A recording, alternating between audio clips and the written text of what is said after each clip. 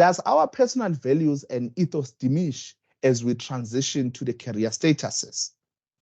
And I would come and argue that as you grow into your professional being or as you progress in your career, you still need to remember that you are a person, and as a person, you need to have some certain values, some sort of grounding, some sort of roots and culture, which will help you remember who you are as you are also transitioning to varsity. 100%, we work 100%. Destination varsity, destination is varsity. We are going to varsity. We are going to varsity. Let me just give you maybe some minuscule notes of what I believed, and I still believe it to be. And I think having walked the path of also varsity and all of those, like from your low school grades, I believe these two things are still very relevant.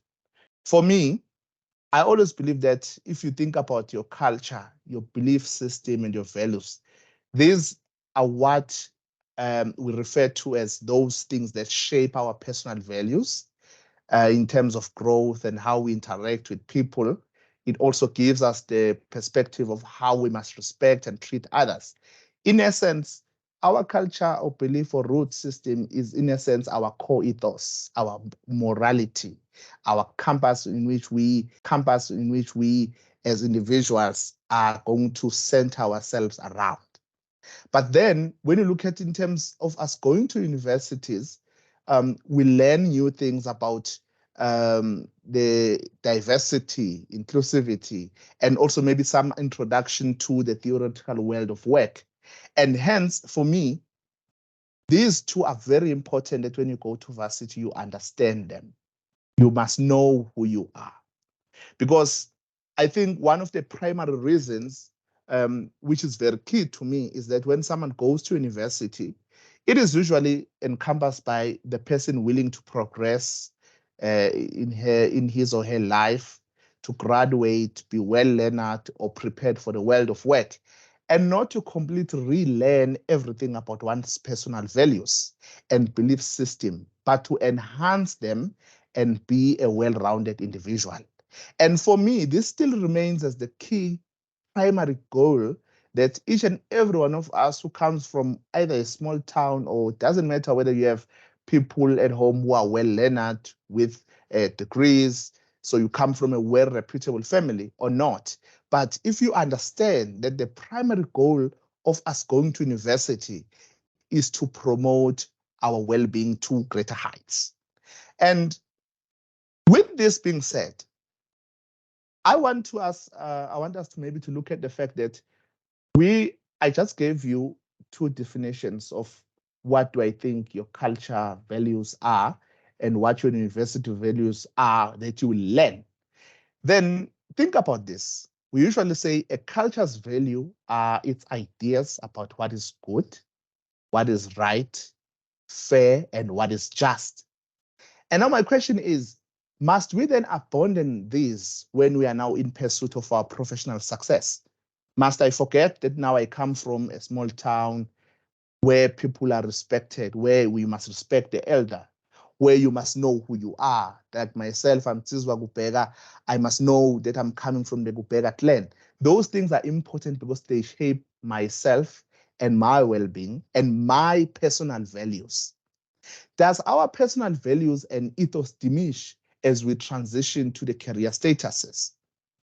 And I would come and argue that as you grow into your professional being or as you progress in your career, you still need to remember that you are a person, and as a person, you need to have some certain values, some sort of grounding, some sort of roots and culture, which will help you remember who you are as you are also transitioning to varsity. So why do I say this? I say universities shape new values and skills, and potentially these are added on to what you already possess and introduces us to new world dynamics. This, in short, it means we don't have anyone who's going to hold us by our hands. We must be grounded to our core principles and belief system as we grow in this new environment. We do not need to go back home and can't even recognize who we are. And for me, this is very important because remember, as you go to varsity, you would rather go there with the perspective of enhancing what you already have. Your perspective about world, environment, and your new processing in terms of how to do things better. This is very critical. And for me, I believe that as you go to university, and what stood with me and what stayed me through the course was to remember that I am Nsizwa Kubheka and what I stand for, what is my belief system. Everything that you are introduced to in university usually is designed in such a way that what you know doesn't matter.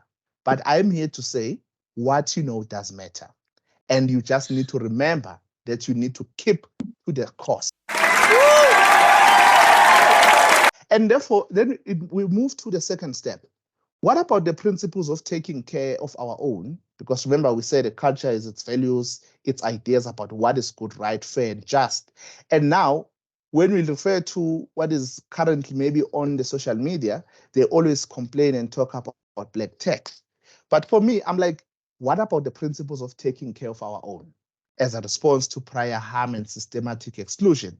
The so-called black text, even though I don't agree in principle with that terminology, I understand what they're trying to imply. But for me, it's all going back to our rooting and your culture and where you are aspiring to be. However, what I want to caution you against is that there must be limits, though, to your helping hand at home. One must be true to feelings, but also the reality. There must be a degree which you apply and limit. For instance, you cannot be earning 10,000 and be sending at home 5,000 rand while you still need to pay rent, still need to eat, still need to be well dressed and be well take care of your own feelings as well. It's very important that as you grow into the professional that you are, you also remain true to the reality. Don't become a president when you are also still like plowing some seeds so that you can be successful. And for me, that is all I have to say in black text. I don't like that terminology, like I said. I refer to this as taking care of our own. But remember, there must be limits because a lot of debts that are accumulated by students over the years, they make them have anxiety and depression later on because they are in this trap of the rat and the race where you are waiting for the salary every single month. That is not the position that you must aspire to be in. And I think in closing, I wanted to say that as a CASA, I must abide by the principle of SICA as contained in the Code of Professional Conduct, above and beyond my personal beliefs, values, and those enshrined in the world of work where you might work.